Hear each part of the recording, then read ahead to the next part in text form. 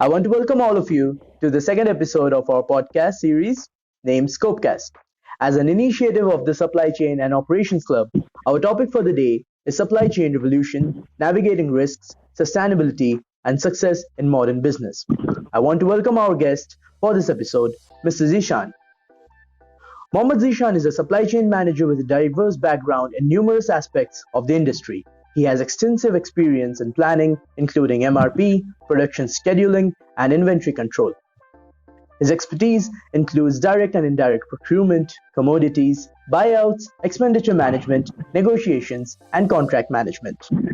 Furthermore, our guest has a proven track record of project management success, particularly with new product launches. He is currently employed with Amway, one of India's leading direct selling enterprises, and has previously worked at TCS, India's largest IT firm.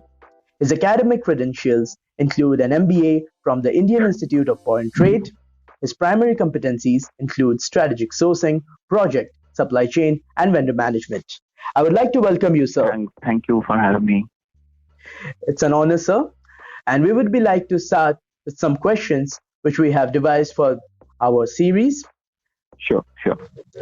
And the first question for the evening would be, what are the key drivers of an effective supply chain management strategy, and how does it impact the overall performance of a company?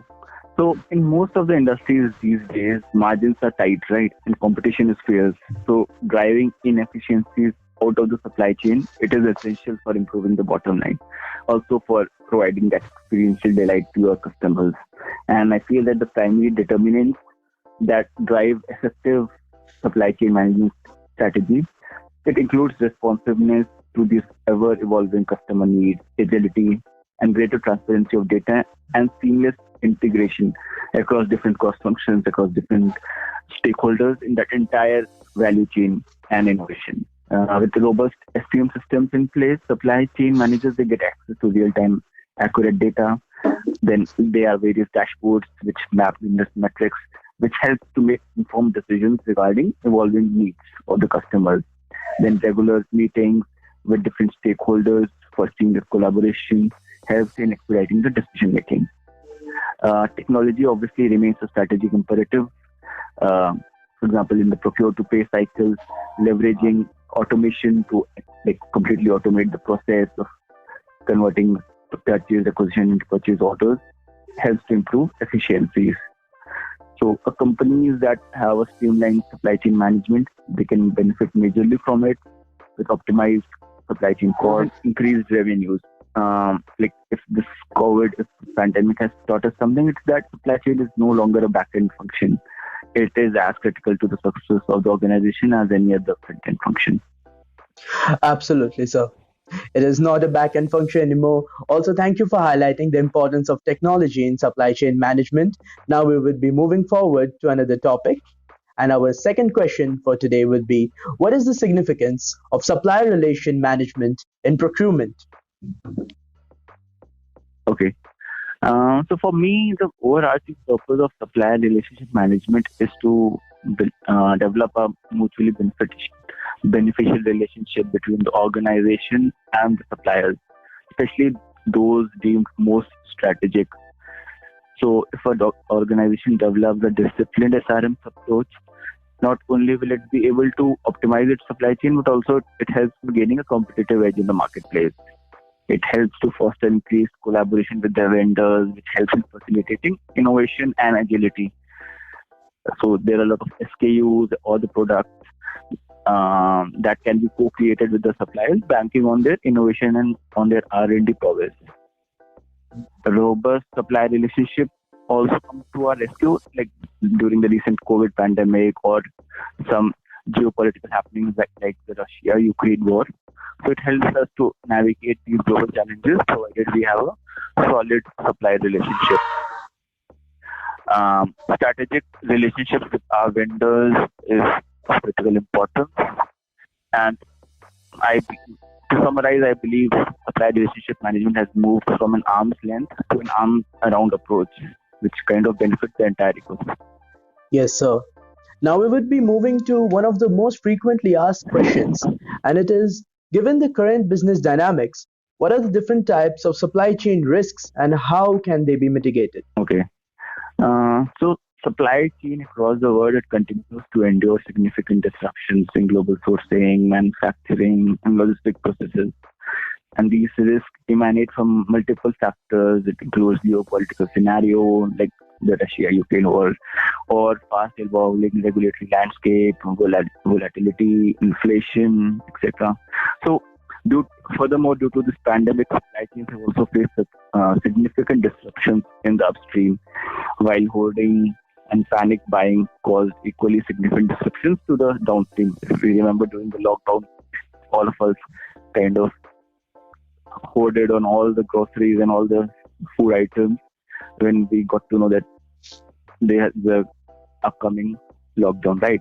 So, addition to this extended duration of the Russia-Ukraine war, the prolonged shutdown in China, they have forced supply chains to expand their network of suppliers and logistic service providers.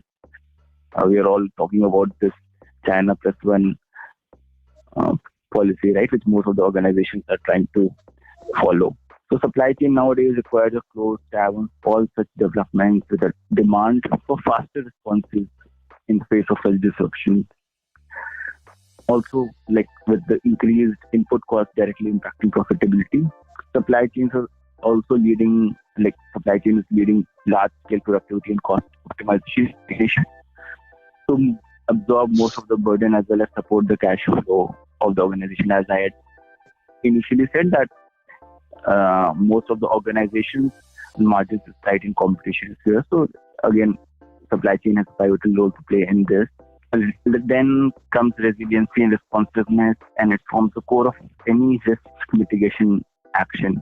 Supply chain entitles like all like different entities, different organizations all across the globe. They must invest in developing such capabilities and technology. It plays a major role in developing them with seamless visibility, with eased integration across various stakeholders, with vendors, and across different nodes of supply chain. So, an approach that takes probably strategic steps to identify and to evaluate as well as mitigate both. Like there might be some structured risk, there might be some unstructured risk. So, an approach which kind of mitigates both of these risks, they can allow us to pivot on in case of any disruptions that we may face. Thank you So, very much yeah. for explaining the following risks and how they can be mitigated.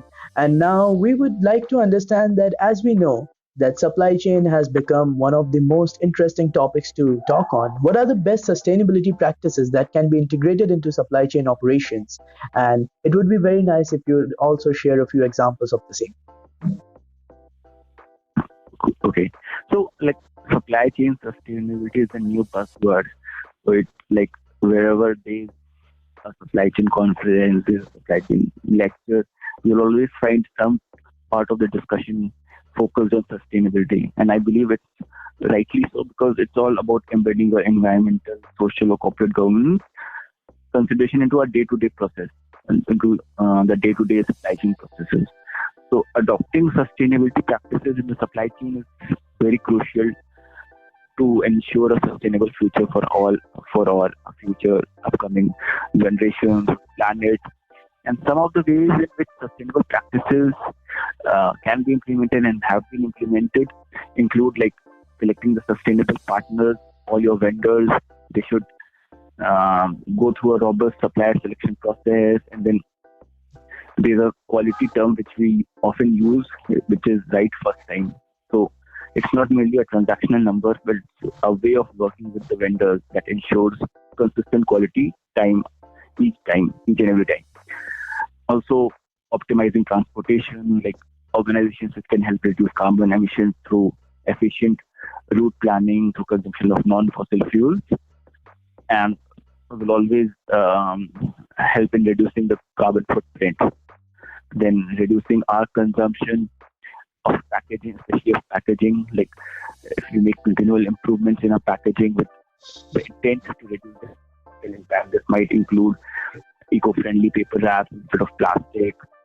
Then removing outer packaging if it's not critical, and reducing the weight of the plastic jars wherever we can, and whatever we can do to reduce the carbon footprint and to reduce the packaging materials that are used will be helpful. Also, it's like walking the talk. Um, we need to ensure that we put all these actions into place rather than just probably talk about them. So, most like during one good thing that has come out of this COVID is uh, digitization. Like obviously, more adoption of digitization.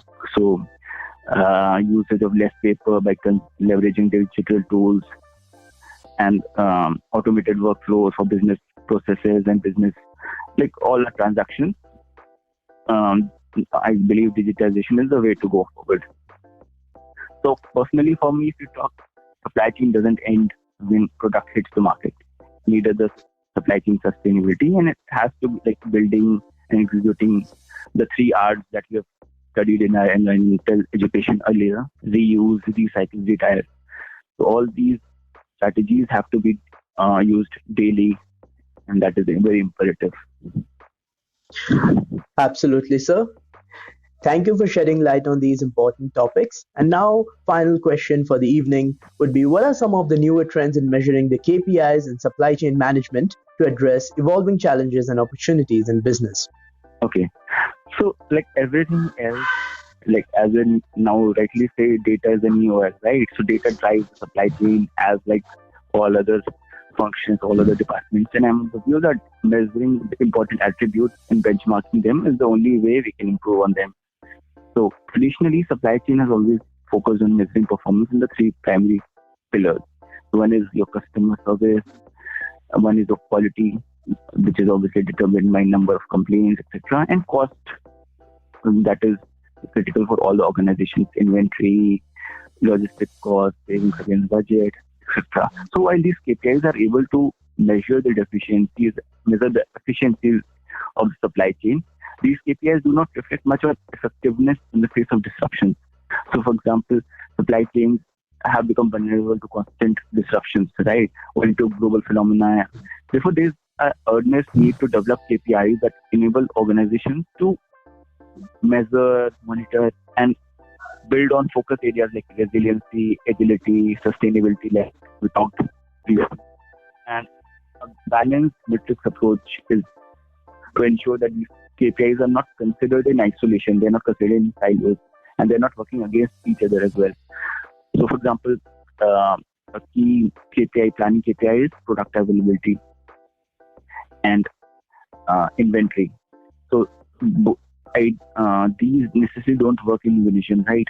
Uh, if we want to increase product availability, we might try to increase the inventory, and both are so it's essential to incorporate both these metrics in the KPIs so that it helps to bring in an optimal balance. Also, like KPIs centered on the time to recover from a major disruptive event, demand sensing, demand shaping, integrated planning, flexibility in meeting the demand variability.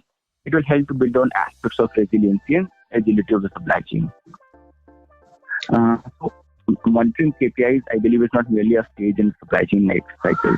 It should be a continuous process. So it should be a comprehensive process and having a single source of truth, as in which is kind of accepted across different cross functions, across different stakeholders, and there should not be any doubt about it. And proactively defining the KPIs, automating the measurement, publishing dashboards, leveraging your Tableau or VB, whatever. And so publishing these dashboards across the enterprise to help bring greater visibility to the performance, right, before they cause a disruption.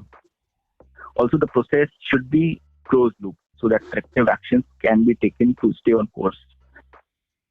This kind of proactive agility, it can help in delivering like real marketplace benefits. It can definitely benefit the organization. It also more so if the competitors are taking a more reactive stance. Thank you for your time, sir. It has been an absolute pleasure to have you on this podcast.